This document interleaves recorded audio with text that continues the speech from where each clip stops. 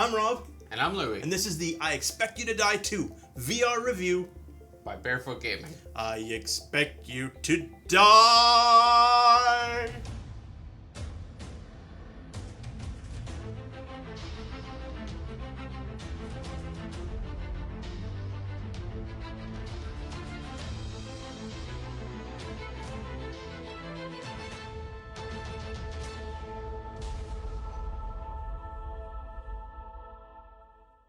Are you a spy or a lie?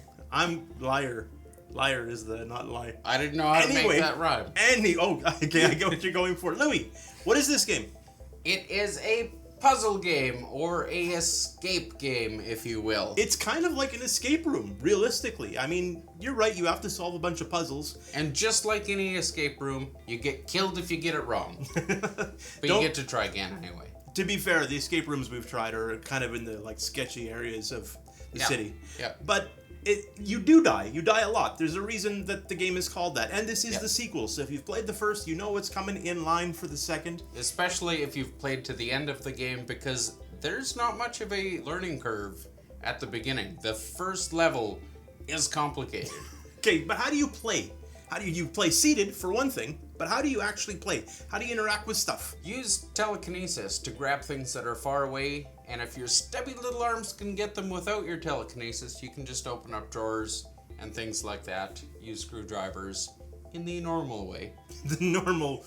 Normal way. And aside from the ability to grab stuff with telekinesis, you can also freeze any object that you can grab anywhere in the 3D space that you like. Yeah. So if you've got instructions, for example, you can place them kind of, up and off to your right, an area that you won't really need, just to help make it easier. And you do want to do stuff that makes it easier, because this game is, I really have to stress it, it's pretty challenging. Yep. But in a fun way. Yeah. So some of the things you can do is, once you've completed the game, is you can speed run the game. You can look for all the missing little puzzle pieces that complete your van or your you're in between levels. Safe room, as it were, and you can get like exploding cigars and little things from the levels that remind you of that. And speaking of, it actually keeps track of the different ways that you have died. Yes. So dying is a part of the game. You'll find creative ways to die, and sometimes you'll die right in the beginning, sometimes you'll die 20 to 30 minutes in. Whatever, it's gonna test your patience a little bit, but it's done in a fun way. When you've died from poison gas 30 times and you finally die from an explosion, because you're just a little bit further forward, it feels good. Now this game is priced at $25 US or 29 Canadian. Louie, give me pros, give me cons. Do you recommend this game? Go.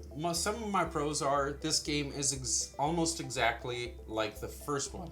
Not exactly, because the maps have changed, and the maps are so different from one to the next, and that's a big thing. Definite it doesn't pro. feel like you're just doing the same old basement over and over and over again. A couple of my cons are, starts off just so dang hard. So dang hard. It is. I wasn't expecting it, and I may have given up a little bit and asked for Rob's help, because I thought I wasn't being that smart, because it's the first level. So it's hard. That's my spoiler for the day. They don't give you very many clues.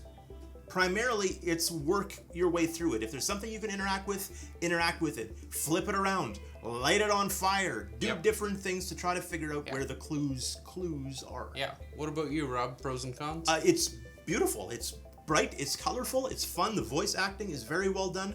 The fact that it's seated only works for more people, and it's smart that you can use telekinesis to move stuff all around you. It's largely based on timing, and yes, it is very difficult, but when you solve something, it feels so much better. Yes. I don't recommend playing this with another person watching you unless you're really, really stuck, because you're going to blow through levels fast, and it's not as much fun playing the second time. Yes, you have all the little extra stuff that you can try to find. It'll probably be, realistically, when I go through all the levels, it'll be more when I have friends over. I'll be like, hey, try this out. So yes, I do recommend this game.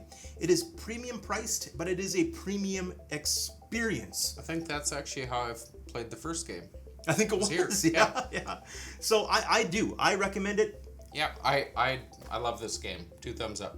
Lots of fun. Don't forget to subscribe, like, comment. If you have questions about this game or anything else, leave them down below, and we will talk to you again really, really soon. See ya. Bye.